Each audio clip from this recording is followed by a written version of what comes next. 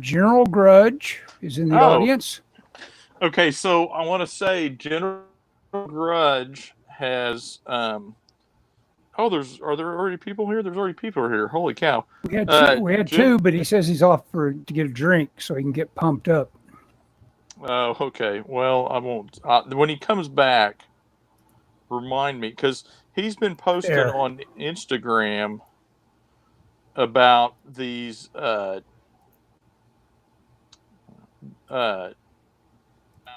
Oh. Yeah, Hang yeah. on. You did the same thing I did. Yeah. Yeah. I wish there was a way to mute that before You can't. yeah, you can't do it until you go live. Right. Okay. So anyway, sorry, I'm trying to do two things at once, and I'm not. I'm barely good at doing one thing at once. Uh, General Grudge has been talking about current Marvel comics, and it's just so boring looking stuff. I mean, just look at it, just like, oh my gosh, you know. Because I've really been into the Bronze Age stuff lately, and it's just like, do these people even is this the same company that published How to Draw Comics the Marvel Way, which they're not. That was Simon and Schuster, but still, you know, Well, yeah, Stan's gone. They're all gone. The people that put that book out are all gone. yeah, it's a shame. By the way, I'm just shamelessly calling this our San Diego Comic Con panel. Yeah, I've got a link to the Wednesday topics Oh, you do? down below if anybody wants to use our place to jump to the the con programming. Yeah, I haven't tried to use any of it yet. The one time well, I did, just started today. uh huh, and I guess it doesn't go doesn't roll out just like this program doesn't roll out until a specific time. Yeah, they've already recorded them because I know, Yeah, our friend Mario did one. Um, I better. you better Well, I better clarify. Sorry, I should have done this before. Well, I did do it before, but I wanted to do it with the link. get inches on this. Anyway, but yeah, I've it's.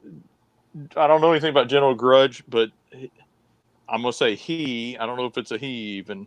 Yes, it is. I Is saw him on his cam. okay. Oh, okay. Well, he is how old of a person is he? Could you tell roughly? He claimed, I think, to be in his early 40s. Okay, so he was around long enough to know that what they're putting out now is pretty subpar. Yeah, yeah. He's been around and sampled what they do. Yeah, sorry. So how are things going? Pretty good. I had a pretty good day. I've done a couple of things. I've started on an essay to be that is going to be about style acquisition. I think I may have Oh, really? mentioned a notion of that in the past. That That that's I'm very interested in that topic yeah.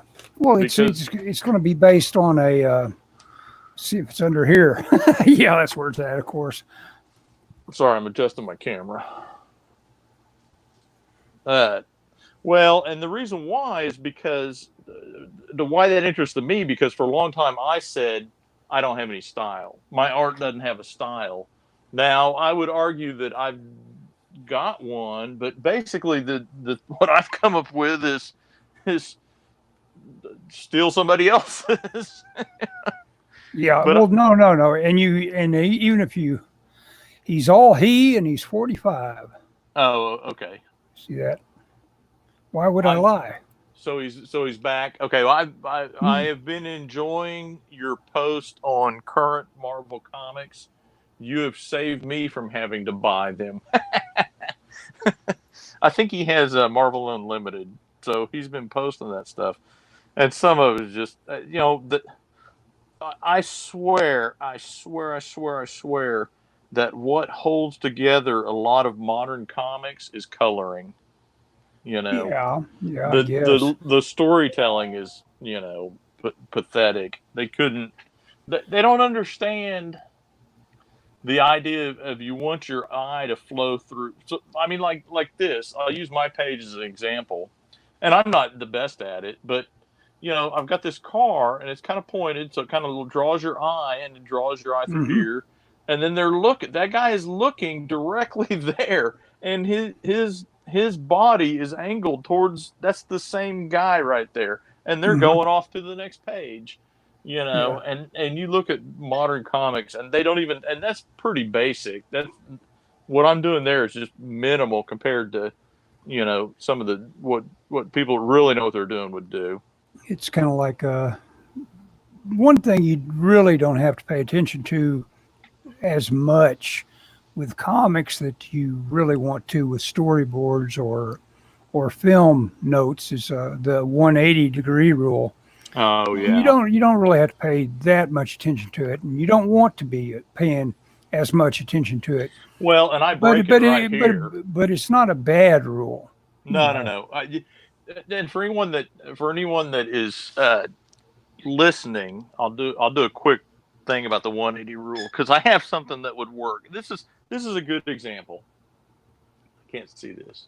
So the 180 rule is like if this duck was a character in your thing, they call it the 180 rule because you would show this duck. I'm gonna move a little closer.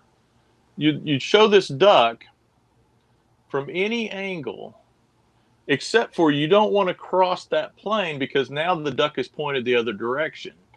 And so what that does, and so like it works with cars. This is our hero's car. It works with cars. So you show it from this angle. But if you cross over, all of a sudden it's going the other direction. And the theory is that will confuse the viewer or the reader, and they won't understand where you're going. And it really works. It comes into play. You'll think it's a duck that's about to get into a head-on collision with the other duck. Okay, so I can barely see this. So it really comes into play when people are talking because you want to have you want to this angle and then this angle. But if you ever go to this angle, it looks like they switch places. So you imagine an imaginary line between them, and that's the 180-degree line. So you go, you'll do like this, and then maybe this, or maybe even like this, but you don't want to do this because it's confusing. Now, having said that, I broke it right there, but I broke it there knowing, and also this is a race. This panel and this panel are probably 300 miles apart. So there's a time, and it's not indicated, but there's a time lapse, and I did it here for a specific reason because she needed to be going that way. But anyway, that's the 180-degree rule. Like Ellis said, it's okay to break in comics, but on storyboard, and I think in video it's really distracting during. And I've seen movies where they've done it, and you're just like, oh gosh.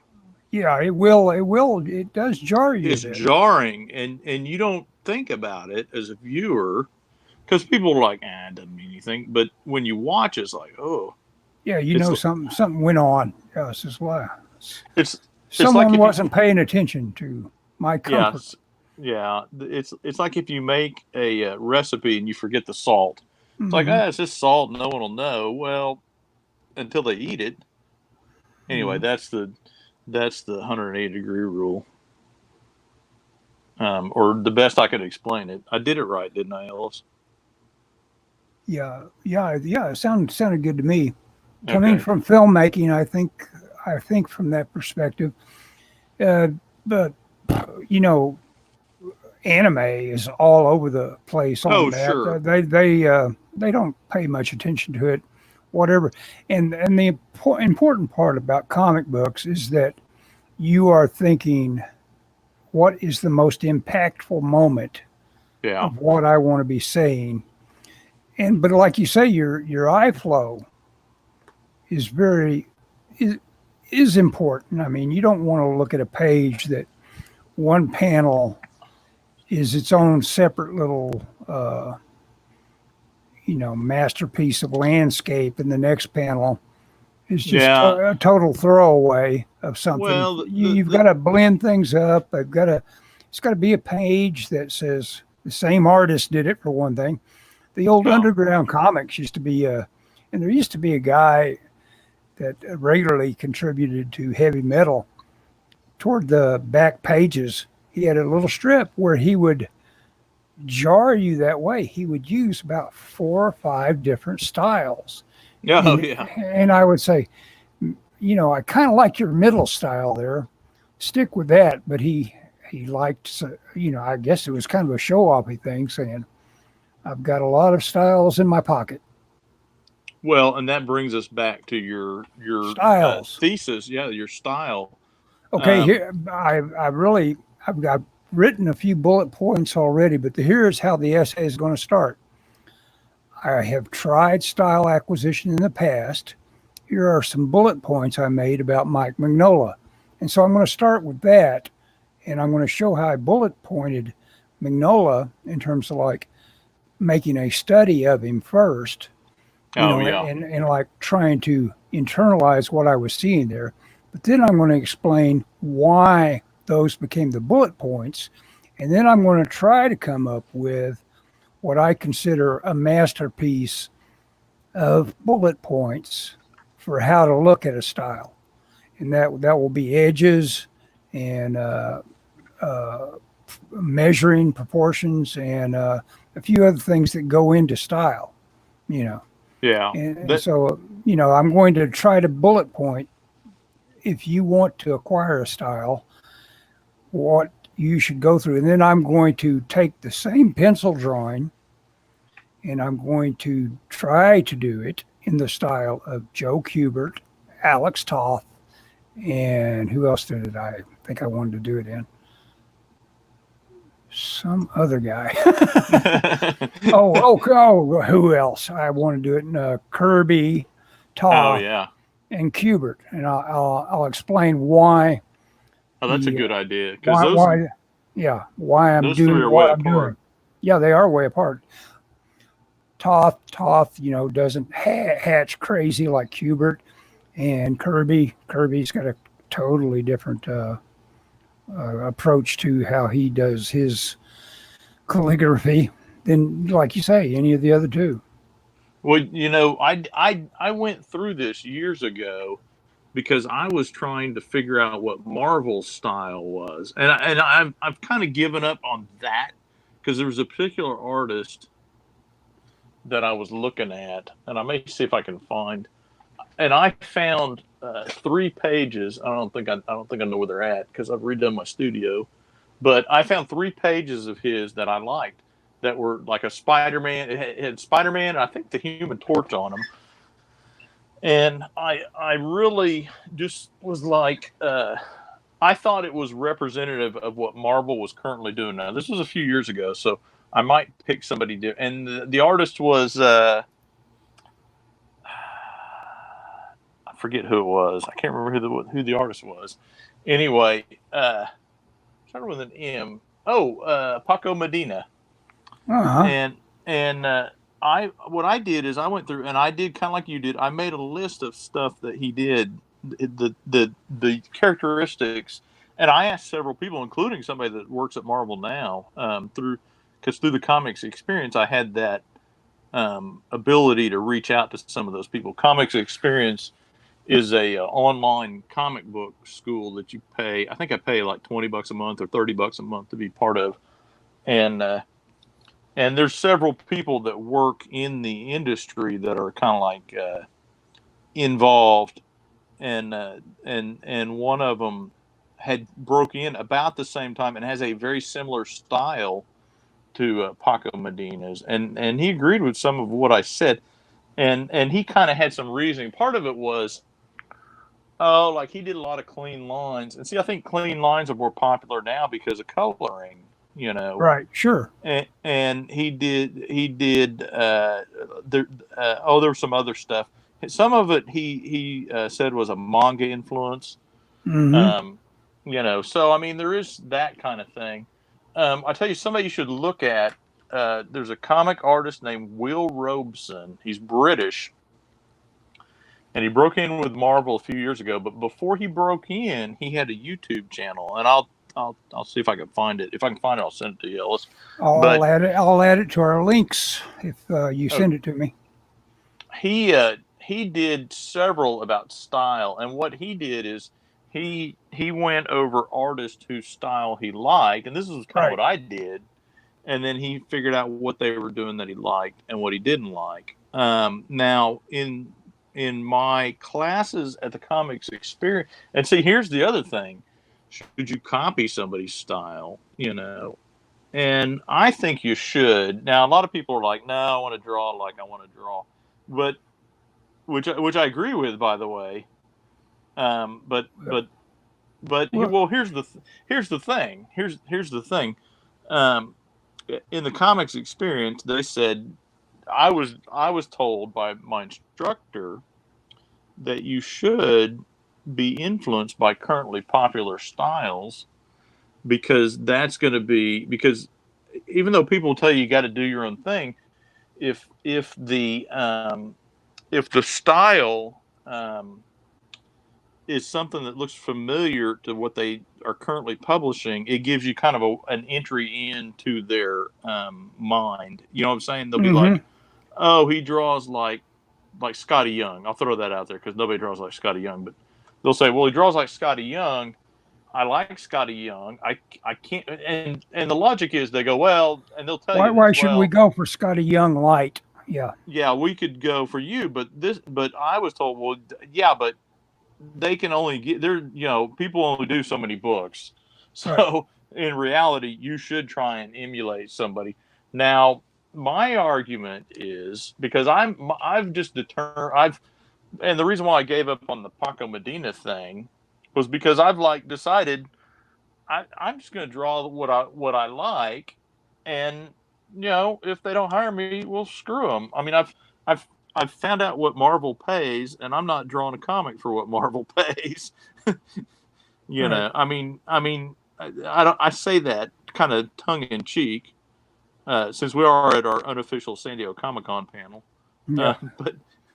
But but I mean, it's not a lot of money. I have a day job. I don't need to. If I didn't have a day job, I might feel differently. Now, don't get me wrong. If Marvel called me up tomorrow and said, "Scott, we want you to work for us," I would do it. But there's so much headache that I would only do it if I could keep my day job. I would keep my day job because I don't think they would. They don't. I've seen what they pay, and it's not what I make at my day job. Let's put it that way. So I would work. Right now, I would consider something like that. Hey, that's what I'll try and do when I retire. You know. Yeah. But for now, nah. I'll keep on with my day job and doing my own thing, because not necessarily because I'll make more money, but because I don't have to make more money. Well, of Yes, course. General Grudge is exactly right. The bad thing about copying currently popular, yes, I've chased popular styles for years. I was doing kind of a Disney style, and when Brian Hitch was popular, and I was told no one likes cartoony styles by an editor at Marvel. So I started doing more realistic about the time that not Scotty Young, but some of the guys that were doing cartoony stuff before him came in. Joe Maduria. so when I switched, that became popular. So I'm just drawn, and I'm a big fan of the Bronze Age, and so I'm drawing my style, and I'm just drawing it, and I'm my kind of North Star or whatever is John Byrne. I'm a big John Byrne fan, like a lot of people. And I'm just going to draw. And what I take from John Byrne is the stuff I like, and stuff I don't like that he does, I draw differently. And that's what that Will Robeson uh, YouTube thing was. He went through the artists that he liked, and he talked about what they did that he liked. There was a website that did that, and they were very influenced by like Japanese artists. There was an American, somebody from Texas actually, and they did little on their blog. They did little kind of mini reviews of different artists, like Frank Quietly, for example. Mm-hmm. And they kind of broke down Frank Quietly's style. And one of the things I think you're onto something when you talk about proportions, because what I've realized is one of the things that I like about John Byrne's stuff is his proportions, how he proportions his superheroes. You don't see it a lot in this comic because I don't draw very many muscular men, but you'll see it in my sketchbook. I try and draw that. It's all in the torso, man. I try and draw that big, massive torso, which was so the opposite of how I used to work, because it seemed odd to me. I had to really force myself to do it. Yeah, everything does look very anime inspired. And that's from another person that isn't here all the time, Natasha International. I don't know if that's how you pronounce it or not. It looks like it could be.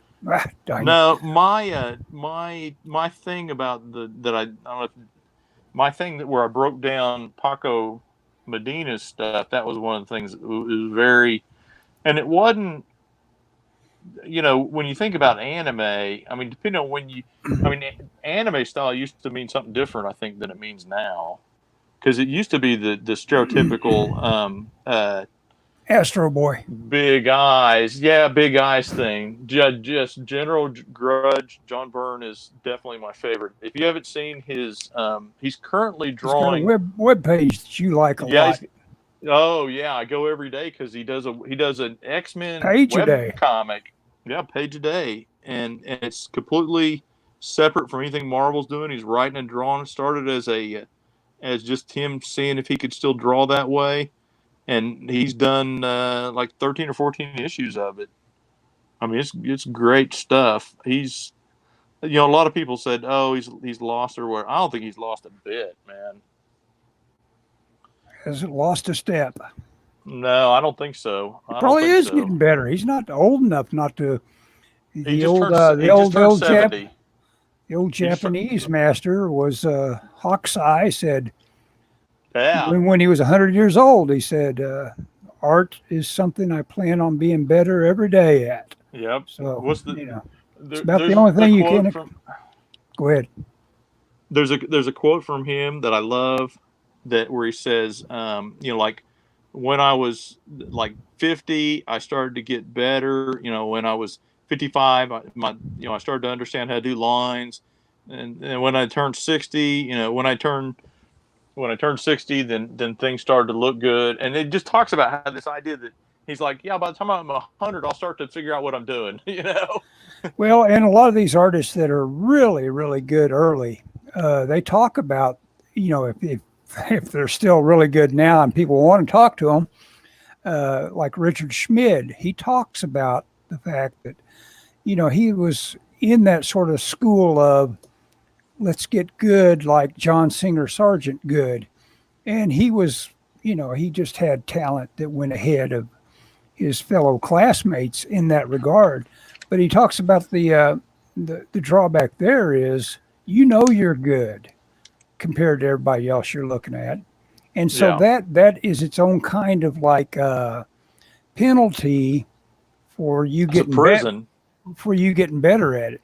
And plus, like you say, you won't not hungry. You won't like that idea that you might not be as good as you could be, and stuff like that. You're going to not accept that you're stuck with this or that, about yourself.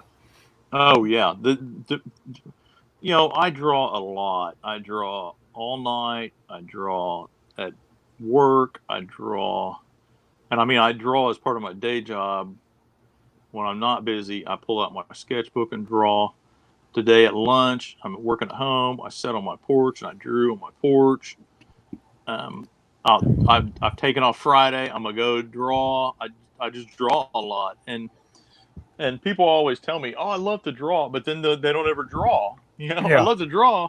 Well, where's your Where's your sketchbook? Why are you not drawing now? And I think the thing is I realized how bad I suck pretty early, And so it's like, okay, if I'm going to get better, I've got to really bust my hump. Grudge owns 45 to 50 burn original art pages. Oh my gosh! Wow, that's And he wants to pretty know: good. Are we talking about Burn Robotics? Yes, that's it. Yes, is he on there? I don't know.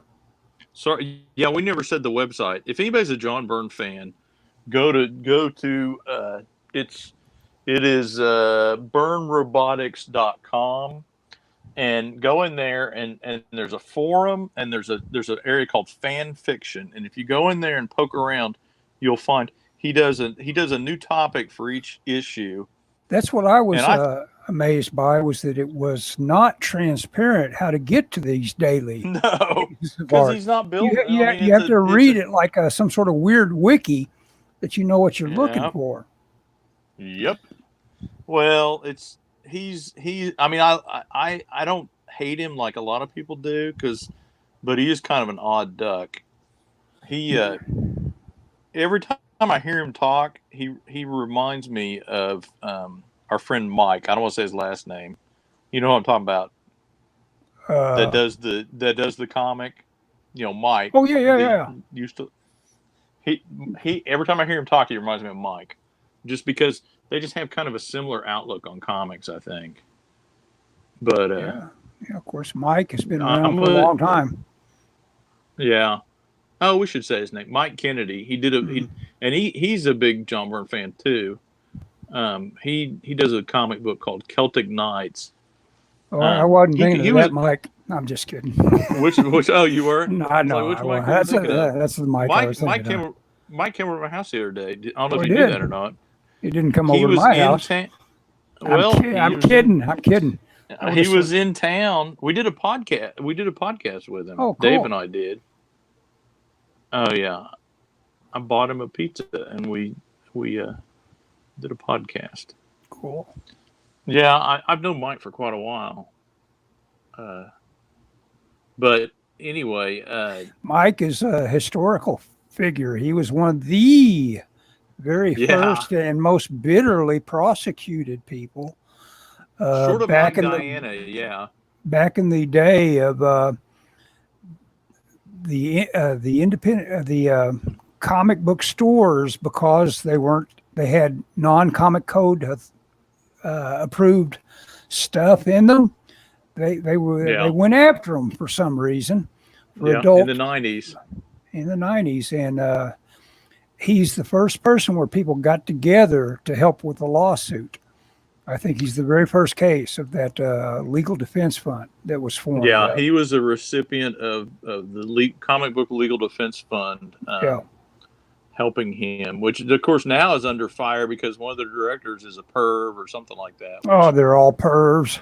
Yeah, and you've just got to forgive that a little bit about guys that sit around and read comics into their 80s. So whatever.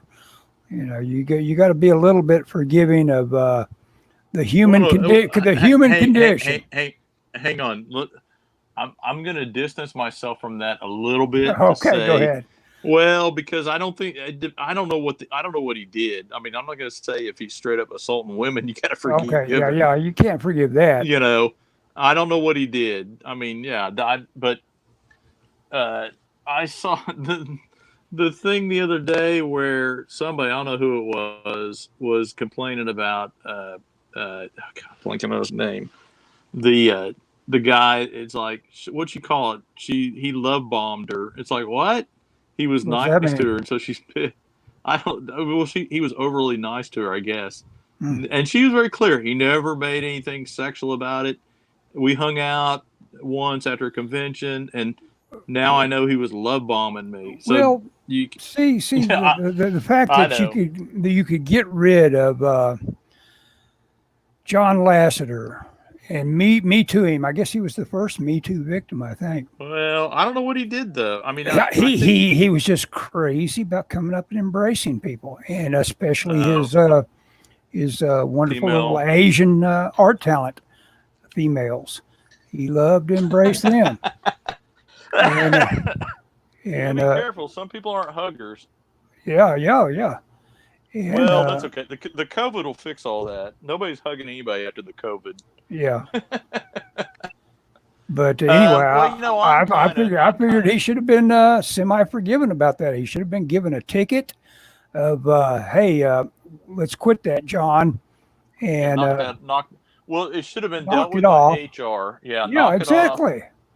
exactly. There's But nothing but about nobody. that that should have it ruined his career It as a never. muckety muck at Amazon at Disney.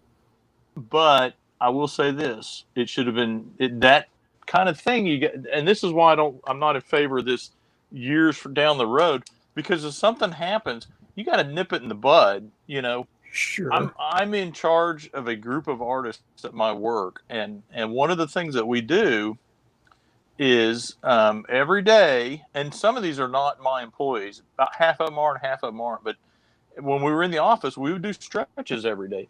And you know, and it's mostly guys. There's one girl in there, and they'll get to cutting up. And occasionally, I'll tell them, "Look, you guys knock it off," you know.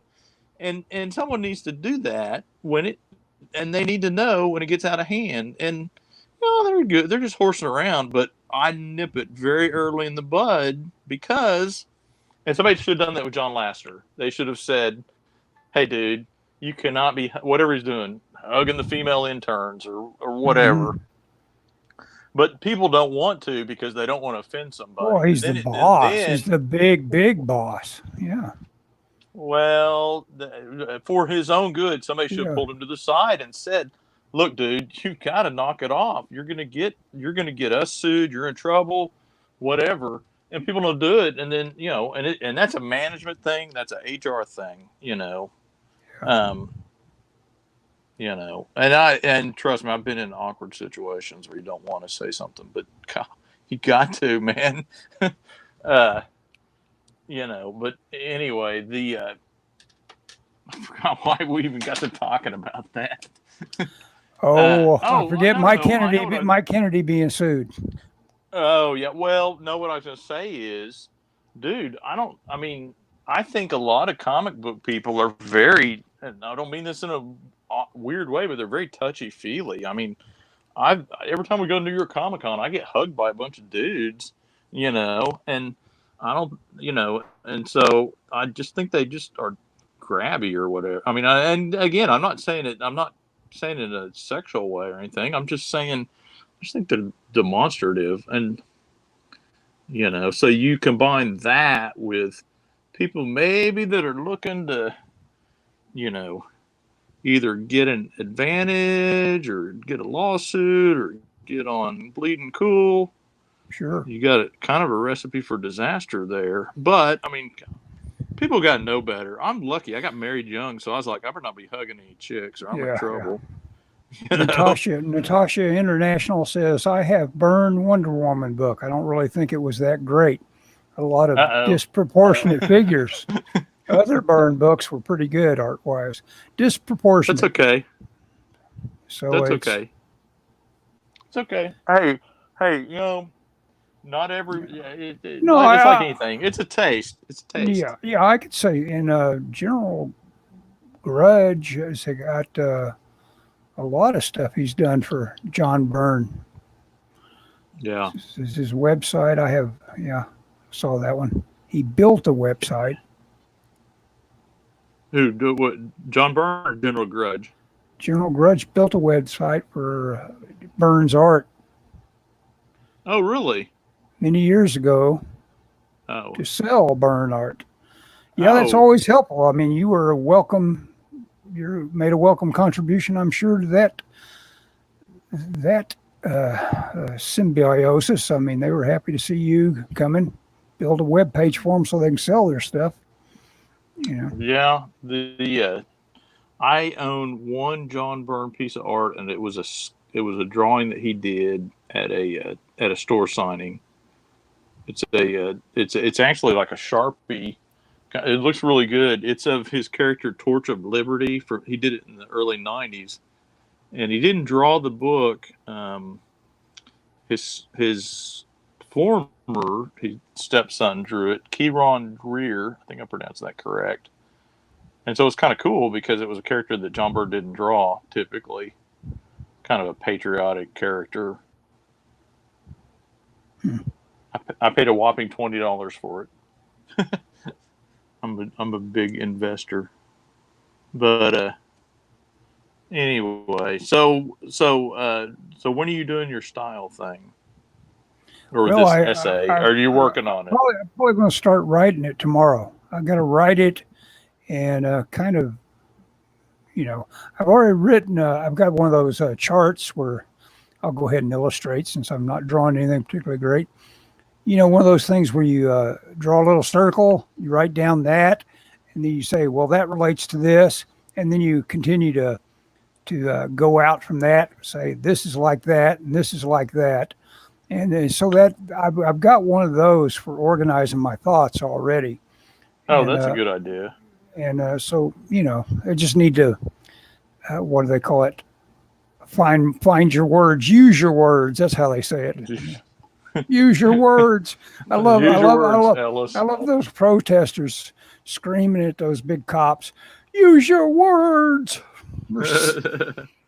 Trying to get them. God. Oh God. Yeah. You know what? I'm going to say this. I've never been more glad to live in Oklahoma City than now. At least, I know we've had some protesters here, but that's what I resent about the whole thing is that that stuff is looking down a soda straw at one particular part of the block, and that is not anywhere in this country other than right there in that little heavily infested area. Don't act like you're looking at America when you're looking at those jerks. That's a good point. Yeah. That is nothing. It's absolutely nothing. I can't believe, and I hate it for the mind control aspects of it, that people are letting themselves have the hypnotist tell them sleep.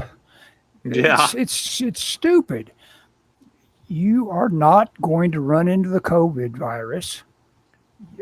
Even if you do, you're going to survive it because the odds are in your favor. Oh, just like going to Vegas and knowing you're going to... Oh, well, we've miscalculated. It was really, there was really 900 yesterday, and there was another 8. All of a sudden, it's like, well, we were at 1,000 both days. Like, wait a minute, it's... Again, I'm not saying it's fake. It's a thing. I know people that have had it, not here, but it's and anybody that doesn't think some of the theatrics that are going on with it are strictly partisan is I don't think they're very. I think they're a little dishonest. General Grudge says the stream was going in and out the stream on my TV was going out. It's caught up though. It's okay. But the one on my iPad, that's probably me. I'm hogging all the bandwidth between 3 devices. Yeah. I thought it was at my house though. Yeah, you could get individual feedbacks like that. It's probably more like everybody and his dog is streaming right now. General Grudge, he had San his Diego. Yeah, exactly. Do what? Exactly that sort of stuff going on. Checking what San Diego is up to and other things, and plus we choose to do this at peak hours for people getting on the thing. Well, let's face it. This is just you and me shooting the breeze more than anything. Mm-hmm. I like your idea though about your style essay. I think that's a worthwhile thing. I think you'll get something out of that. I think if you are Let's ask Flyfox Pro. Where does this quote come from? Flyfox, brevity is the soul of wit. I know he knows that because he brought up a dozen other quotes from it when I brought it up. Other bits of wisdom. He can even tell us who said it, probably. Flyfox Pro has given up on us. He quit. That's all right. Well, that's okay. We understand. Yeah, I do. I understand completely. Hey, I used in my last podcast. I started by reading "If" by Rudyard Kipling. Yeah. I don't know if you listened. I don't know if you ever listened to that podcast, but I started to, and I was going to share it because I saw it on Twitter, but for some reason your little share, at least for me, is X'd out. Now you may have done that just for your Twitter preferences, that you didn't want some. You didn't want some. X'd out. Yeah. You Why didn't would I lie want. about You don't want forwarding? random nuts forwarding your stuff. You know. I'm about off of Twitter. Yeah. If anyone just sees me on Twitter, they're not. I mean, the last couple of things I put online, I haven't shared on Twitter. Mm-hmm. I'm just and I'm gonna use the word concerned, but I'm not really that concerned. But I'm concerned now that my comic book is nearing completion, or I could see the end of the path, or however you want to word that. I'm concerned about Controversy. Yeah, about. In fact, I read. There was some of the dialogue that I wrote the writer and said I thought we should change. Actually, I pointed it out to him because I've had the script for a while, and I just said, "You still want to say this? I'm cool with it if you are." But he's like, "Eh." I said it just reads a little because it talked about slavery. It's talking about the loser of the race would make slaves of the winner. And I thought, somebody could read that and be like, you're making fun of slaves, which we were not. But in the current climate, I don't want to do anything. I have no desire to stir up controversy, especially over something dumb like that. I mean, there's enough stuff in our book that could be controversial anyway. So that's the stuff I care about. I don't care about a throwaway line. That. By the way, I forget what the writer wrote, but it was something. Oh, it said they were racing to sell their soul, which I thought made more sense anyway because they're angels. Mm-hmm. And kind of what is it? Not Johnny Cash. Whoever the devil went down to Georgia. Johnny. Who was that? Charlie probably. Charlie Daniels. Yeah.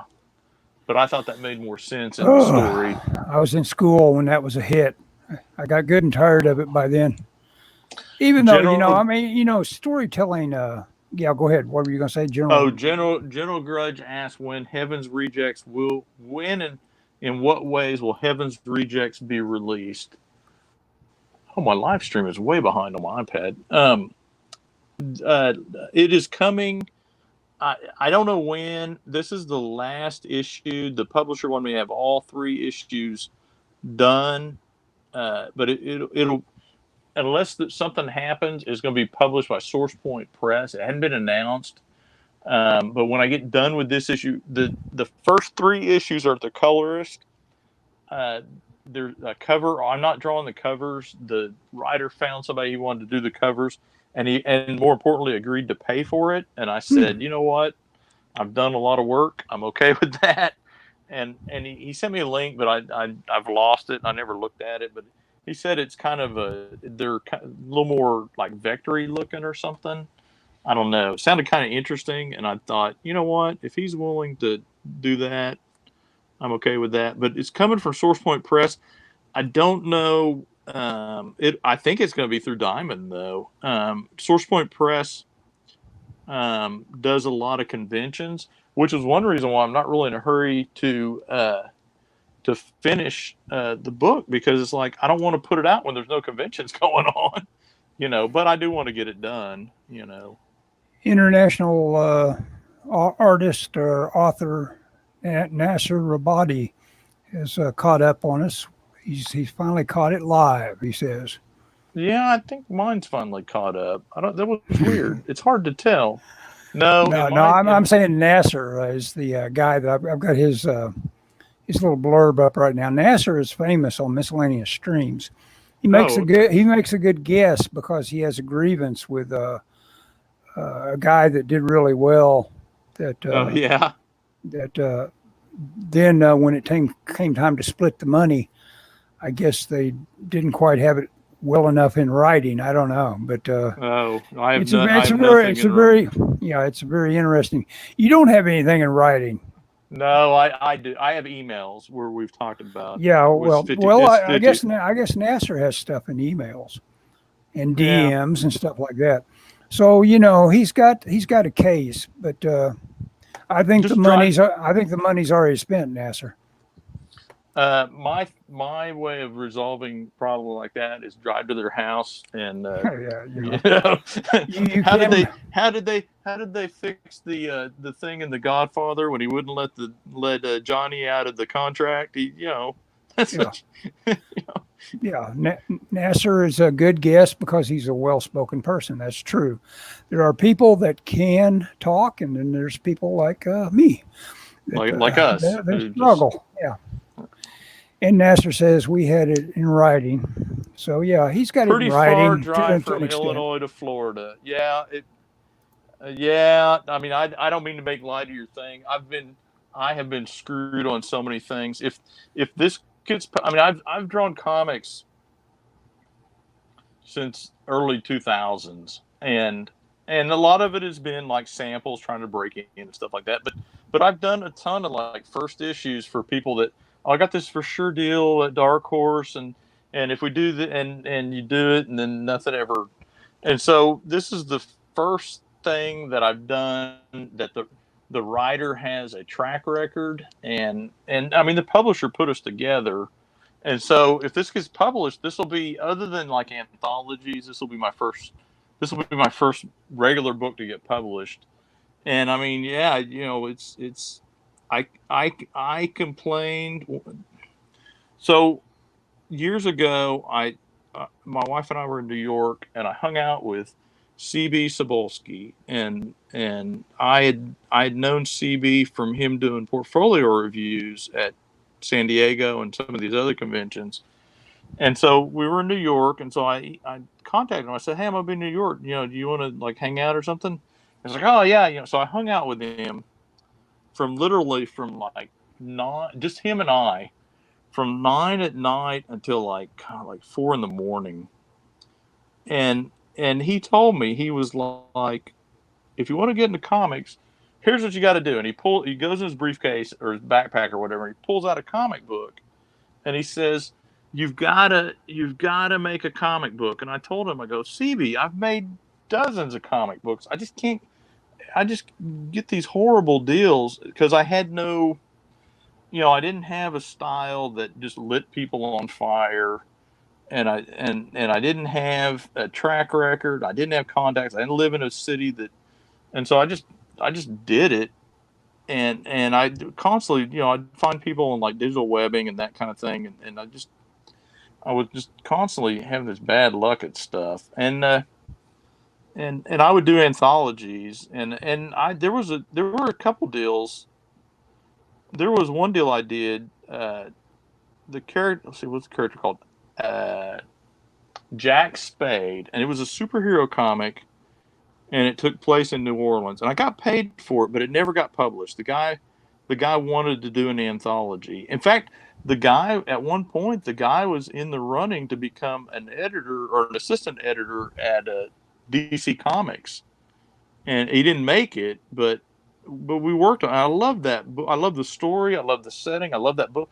I If that book had taken off, and I mean I didn't make that much per page, but I would still be drawing that book. I thought it was cool because it was like it was like about as close as you can get to a Bronze Age Marvel comic. It was Well, right in my is that wheelhouse. the one that you said it was superhero? That doesn't sound like what I know about your New Orleans comic book. I've done 2 New Orleans comic Okay, I was going to books. say, okay, the one I'm thinking of is not a superhero book. Yeah, well, and that one never. So then I did. Actually, this one was after that one. Before that, I'd done a book with a guy. We did a crime book Yeah. called The Big Easy Score, and it was Hmm. about a group of criminals. Which, by the way, that is actually at That a should publisher being looked at. that should come back. That should make a That way that its should way come back. back. That should. I would love for that to be the project I worked on after this because I Yeah. love New Orleans, and it's fun to draw. And And that guy it's that a good story. Yeah. it's a good story, but it's it's a crime. A group of criminals are going to steal from another gang. They drive down from somewhere. They drive to New Orleans because there's some kind of jewelry or something, some rare gems that they have or something. But they find out this group has it, and so their idea is, hey, you know what? There's a hurricane going on. Let's go down there and use that cover of the hurricane to kind of cover our tracks. Well, the hurricane is Hurricane Katrina, and Hmm. so they get in way over their head. It Yeah. it kind of reminds the arc of it reminds me of the Treasure of the Sierra Madre because they just Well, end up at each other's throat. yeah. Sure. Yeah. And It's there's a Christian Slater movie that was done about a heist during the hurricane. yes, yeah, it wasn't that long ago that we did this back in 2007, I think 2008.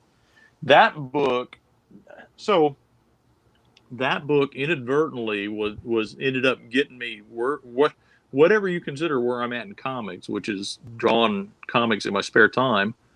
That book is what got me here because so me and a guy named Brian Tanner did the Big Easy Score, and I met Brian at Chicago Comic-Con.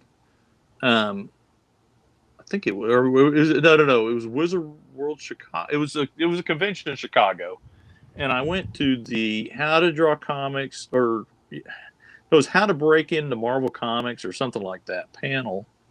So I went to it, and he stands up and he goes, "Hey, you're talking about artists, but I'm a writer. What do I need to do?"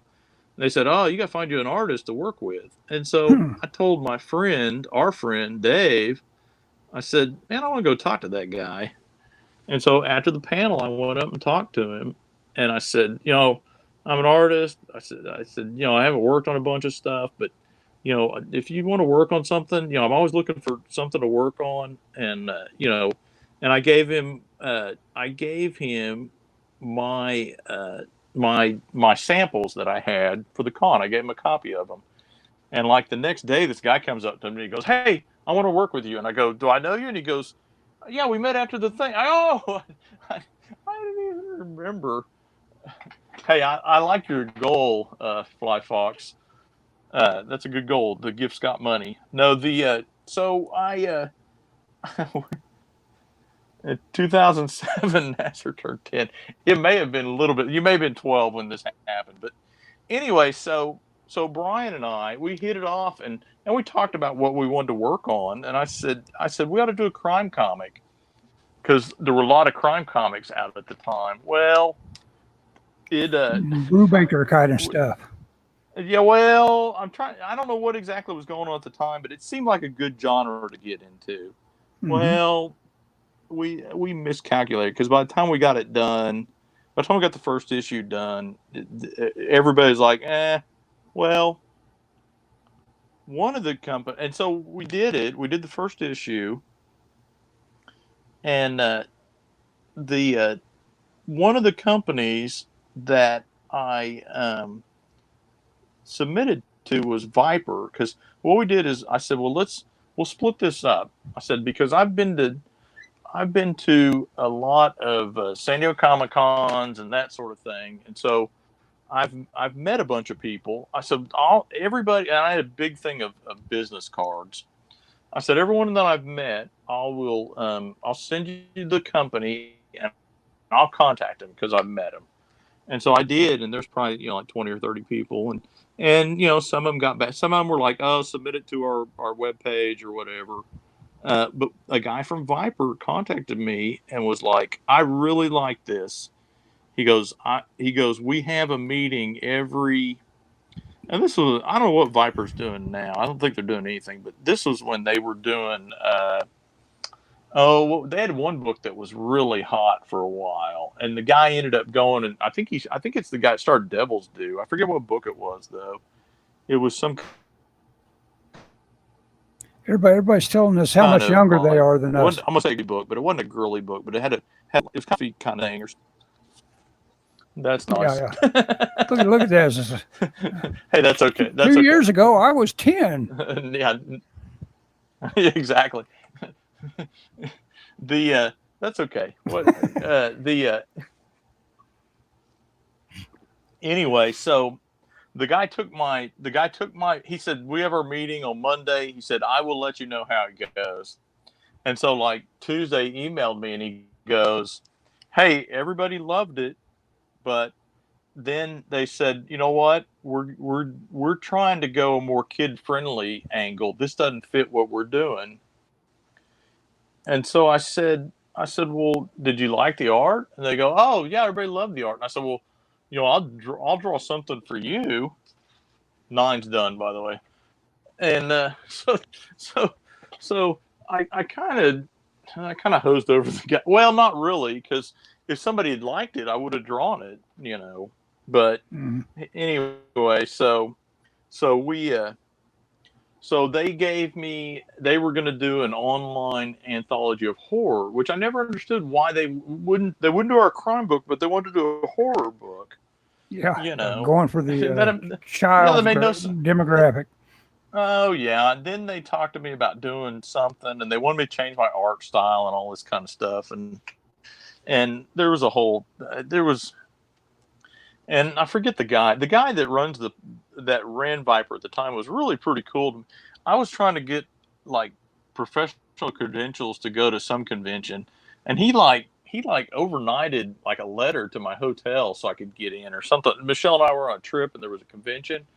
And he's like, "Well, where are you staying? I'll send you a letter." And so he sent me a letter, and you know, got me in free into this convention. Cool. Um, yeah, so I mean, the guy was cool, but that never. I drew that story, and they never got it together because the guy that was in charge of it didn't know what he was doing.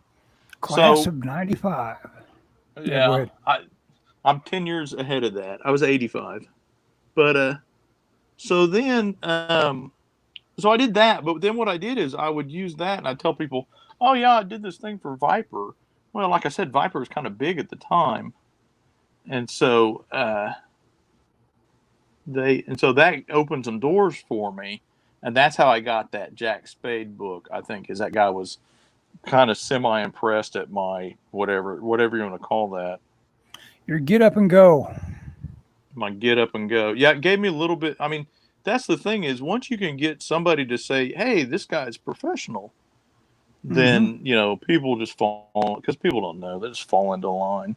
Um, anyway, so I did that, and that never got published because something happened. And the guy he was a writer and he wanted to put out an anthology series. He was very ambitious, and he paid me. I mean, some of these people haven't paid me. I had one guy that just now you'd say he ghosted me, even though that wasn't even a thing at the time. But he ghosted me. This is pre-email. No. I had email, but I didn't have internet or no social media. But he just, I was drawing his book, and like I got about 5 pages left, and he was sending me the script as I was drawing it, and he just stopped sending me script. And I was at a convention, and I was looking at this guy's portfolio on Artist Alley, and I go, "Hey, I think I worked on this book." And Hmm. I got to talking to the guy, and I was drawing issue 2. He had drawn issue 1, and he said, "Oh yeah, Jeez. the guy was trying to get me to draw issue 2, and he had given him my pages to redraw, so I'd done all the layouts basically." You know, but I mean, he was like, "Yeah, he screwed me too," and I was like, "Well, you tried to screw me, so I have no sympathy." You know, I mean, I don't know. I don't think I'd do that to somebody else. But I don't know that he knew all this. Um, and it's not like he got rich off of it or anything. But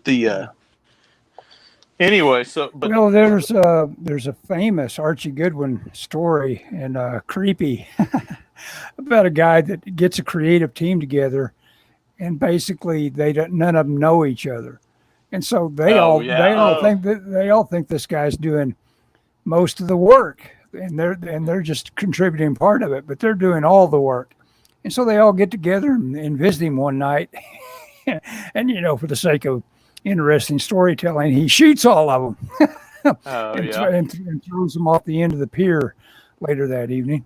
And then of course they all come back from the dead yeah, and get their vengeance. It's a total EC comic scenario, but but you were kind of in that situation. It's like this guy was saying, yeah, yeah, work straight ahead on that. Those will be good yeah, layouts for my second artist. Yeah, yeah. For the artist that I like, yeah. yeah. In fact, I tried to find that guy on the internet just out of curiosity what he's up to. But anyway, so I did the Jack Spade book, and then I did a bunch of there was a company called Greyhaven Comics that they didn't pay, but they did a bunch of anthology books. I did a ton of work for them, and it was great. I mean, everybody always complains that don't do any work for free. Well, I was probably getting paid about what the work was worth. Yeah, I oh learned yeah, a no, lot. no. I learned a lot. It was a great place to cut my teeth A lot of because comic book work is going to be sub minimum wage. I mean, you can't find sure, anything more labor intensive than trying to be a comic book artist for one thing, and then trying to find money for all that work you're putting into it. Good luck. You won't find it valued. Even yeah, though it can become something that all of a sudden makes a mediocre something that you've written, something that you can take and pitch with. yeah. So it's got that much value. If it becomes something that catches the fans' eyes and becomes fun that way, you as an artist have made a huge contribution to that Well, property. To that property. well, that's kind of my hope with this. I mean, not that I Hmm, mean, I yeah, don't, sure. but I'm working on this book, and the company Source Point has a couple things that have been made into small movies. Not that I care about making movies. I want to make comics, but it would be nice because I feel like That's where the money's if it at. got a well, but I don't. You know me. I don't care about money. I mean, Hmm. all I need is paper and pencils and ink, and I got plenty of that. Sure, sure. The no, I mean I have a good day job, so I don't sweat that. What I would like if I could get anything out of this book, what I would like is to stop having to hustle so much for trying to find work. That's really what I want. And also I would like to be in a position where I could work with an inker, man. I can draw these pages. I mean, this page right here probably has 4 hours in it. Now you may argue it looks like it's got 4 hours in it. I don't know, but No, it'll that take doesn't. me. I mean, that looks like a very I think it's that's inkable. got a lot of stuff in it. Yeah. I think it's inkable, and if I had an inker, uh, if Scott doesn't care about money, we can make a comic. And like now, okay, so what happened? The reason why I'm on this comic, I got to lead up to that because that kind of ties into this. I need to look at the script real quick. I'm not sure if she's firing that shotgun or just pointing it out the window. the Yeah, check that script. Yeah, I need to check that just to make sure before I ink that car behind it. I think she shoots it in the next panel though. Uh, so I like 2 years ago I went to New York Comic Con and I had an anthology story that I had done, which was a horrible experience. The Yeah, no sound effect.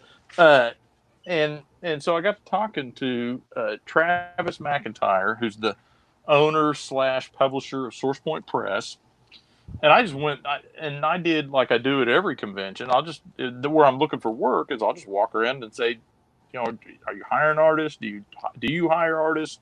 You know, what's the deal? And Well, you should try. he's, Try a different approach on that. Say, come up and say, "Hey, you." hey, No, you, I'm just kidding. give me Yeah, a okay. job. Yeah. Well, so I got to talking to him, and I was telling him that, you know, I had done all these, and I'd done a bunch of work that I was getting paid for, but, you know, it's like, okay, draw, you know, 8 pages, we'll pay you, you know, Oh, $50 a page, you know, and you're oh, just he like, was going to pay you for the samples anyway. well, no, but what I'm saying is I would work on page stuff, but it wouldn't go anywhere because it was Hmm. all, you know, it was all just these stories in these anthologies that no one ever saw. And I was like, well, you know, I felt like I was treading water basically. And so he gave me some real good advice because we kind of talked about my life and, you know, my job and all this kind of stuff. And he said, you know, he said there's nothing wrong with making. He said everybody thinks that, oh, if I'm gonna work at comics, I could quit my day job. And he goes, there's nothing wrong with that. He said you're not looking for a job paying you $50 a page. What you want something you can own. He said you need to find a. Yeah.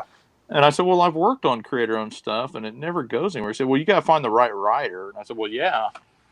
And so he introduced me to one of his writers, and he said, this guy's a good guy. He can't afford to pay a bunch of artists. So he said the problem is a lot of people go, well, you know, I'm an artist. I want to work with, you know, and they name off some, Yeah. you know, Brian Bendis or whoever. Sinchevich, yeah. Yeah, well, no Yeah. writers. They want to, Oh, and he said you got to find the right level to your talent. And yeah. he said you need to find somebody that's a little bit has more experience with you that will get there. Because I was telling him I was doing a lot of stuff that wasn't getting published. You know, it's kind of Hmm. frustrating. Even though I get paid for it, you know, it's just like, well, I want to get, you know, how am I supposed to make a name for myself if nothing gets published? And so he introduced me to one of his writers who said, he said, this is the guy. He said, if everything he writes for me sells. Hmm. And, and so I did. Well, at the time they weren't distributed through Diamond. I didn't like that. Well, since then they've started going through Diamond. They've really made some solid moves, and I'm very happy. I mean, even though they haven't put my book out yet, you know, they kind of did a little bit of it because originally it was like, well, okay, when are they going to put it out? Well, you got to get the first issue done. Then it was like, well, you got to they want, you know, a couple issues, and then now it's like, well, we really need the whole thing. But that's because they're going to go through Diamond, and I'm okay with that, you know. And now with the COVID thing, and I was like, they were in San Diego last year, and I was like, man, I want to go to San Diego and sell my book. Well, What was the wrestling one, Scott? Someone asked. Fly Fox oh asks. gosh, What was the wrestling one? oh god, it was K-Fob 2, a wrestling anthology, and I saw one at New York Comic Con last year because I was walking around and this guy had been in it, and part of the deal was if you were in it, you would get discount copies to sell, you know, so that was kind of the payoff. Hmm. And my problem was I did pencils and inks, and the guy that wrote the story was, you know, not easy to work with. Let me put it that way. And he had the colorist do it, and the colorist was somebody that he's worked with a lot.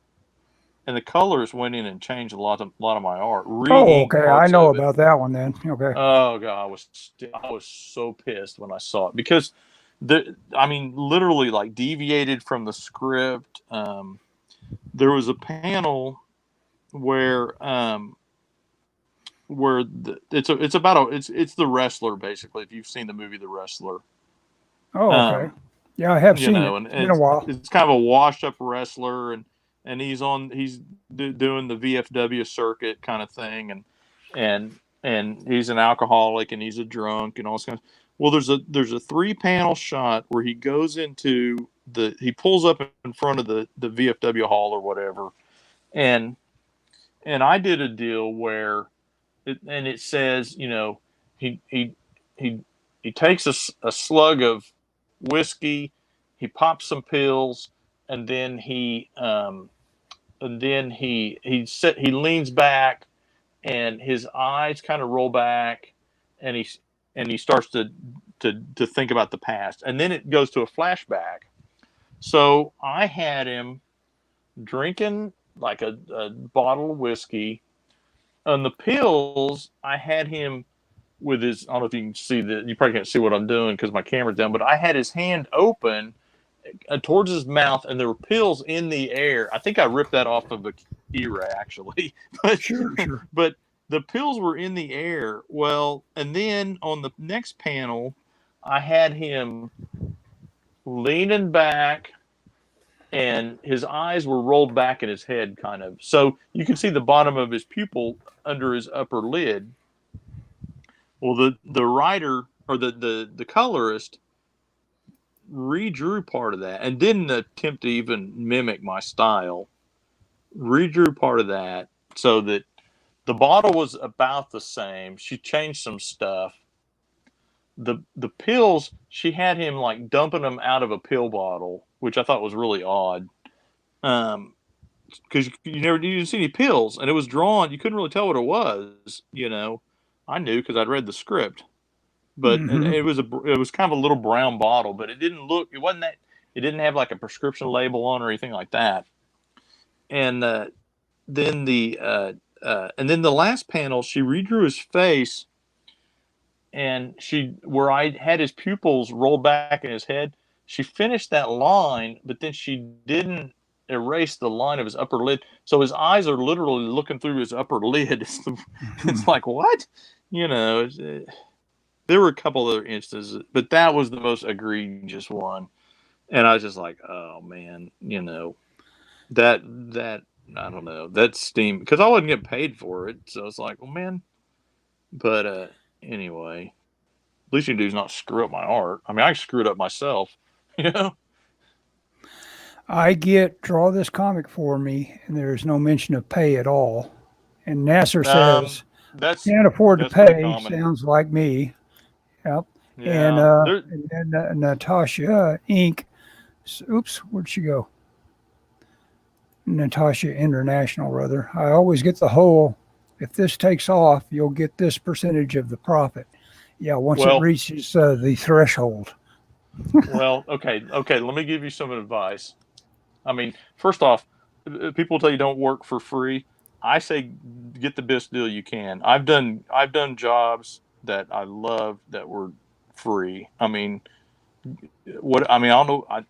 I'm fortunate. I have a very good day job. I have my wife has a good job.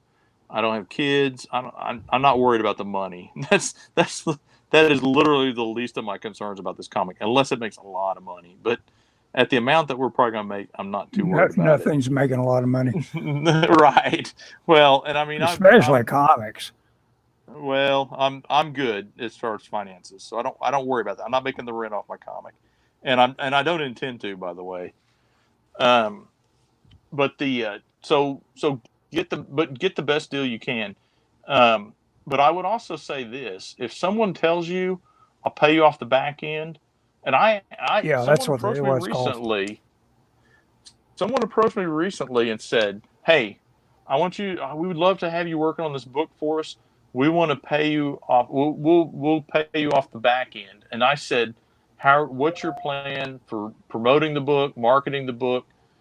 If they can ask those questions, those are the questions I would ask of anybody that is not willing to pay you a page rate. If Yeah. they're Hey, paying you off of a percentage, what do they? How are they getting that percentage? Do what, Ellis? oh, I was just going to say we could wrap up pretty quick. Like I was going to say Oh, that would probably interest this group in terms of like what we talk about at the end here is related to business and just exactly what you're talking about. Is like, do you know what you're doing? And it turns out that I was fascinated by this. The thing that's going on Twitter today is Ethan Van Sciver always had a kind of a insurance policy with dynamite, which is fascinating to me. So he was acting like he was totally like independent and everything, and then it turns out that he's always just had this behind the scenes deal with dynamite. Everything was going.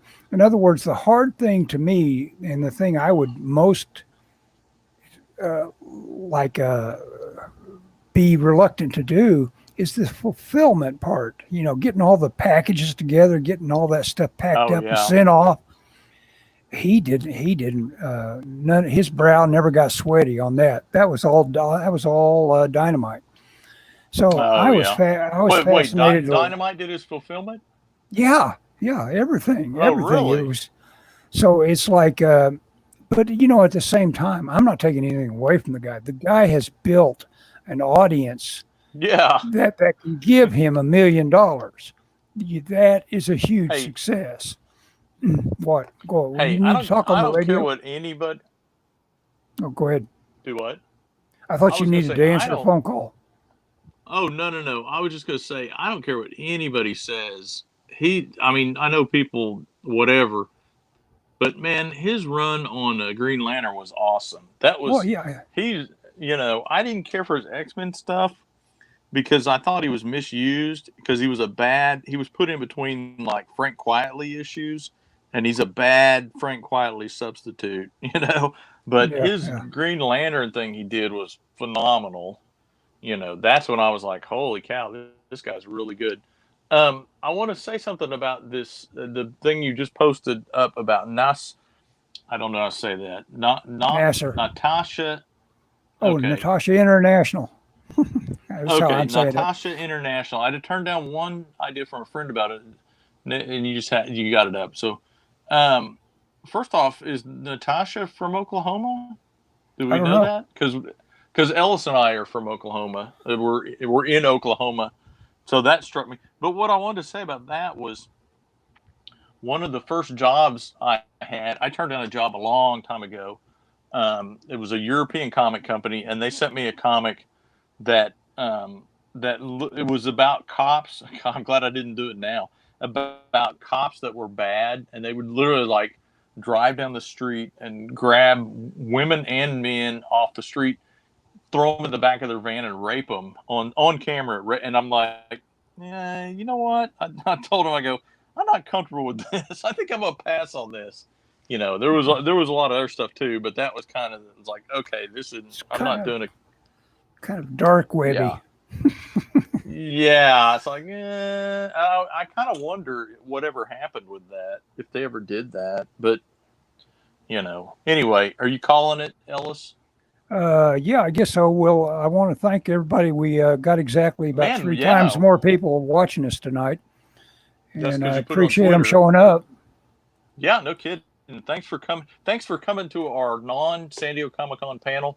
Yep. The San Diego Comic-Con is going on right now, but it's only online. So if you've always wanted to go, there is some cool panels. I don't. If you go to SanDiegoComicCon.com or something like that, they've got panels. They're I've all got the link. I've got the link in okay. our information. Yeah, so go You down should to go that. check it out. I love that convention. I haven't been for a while because it's gotten so big. I was hoping to go this year.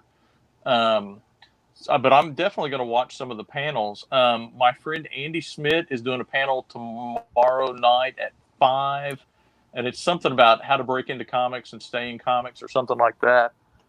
You should definitely watch that. There's a few others that are pretty good. But yeah, thanks everybody that watched us. It's pretty cool. I I don't just, know why anyone would watch us ramble away. yeah, I was watching Natasha's note about this one idea of a native detective in Oklahoma. I just happen to be listening right now to a book called Killers of the Flower Moon about how the FBI was kind of born over a murder case in Oklahoma where they were killing Native Americans for their mineral rights up there Oh, around really? Oh, Paul gosh. Huska. Let's see. Awesome. I wasn't the only one chatting. Yeah, that's right. It wasn't all your show tonight, Fly Fox. Fly Fox Pro. Well, And that's General okay. Grudge says, "Good show, guys. Thanks, General." And if I see you, I might say hi.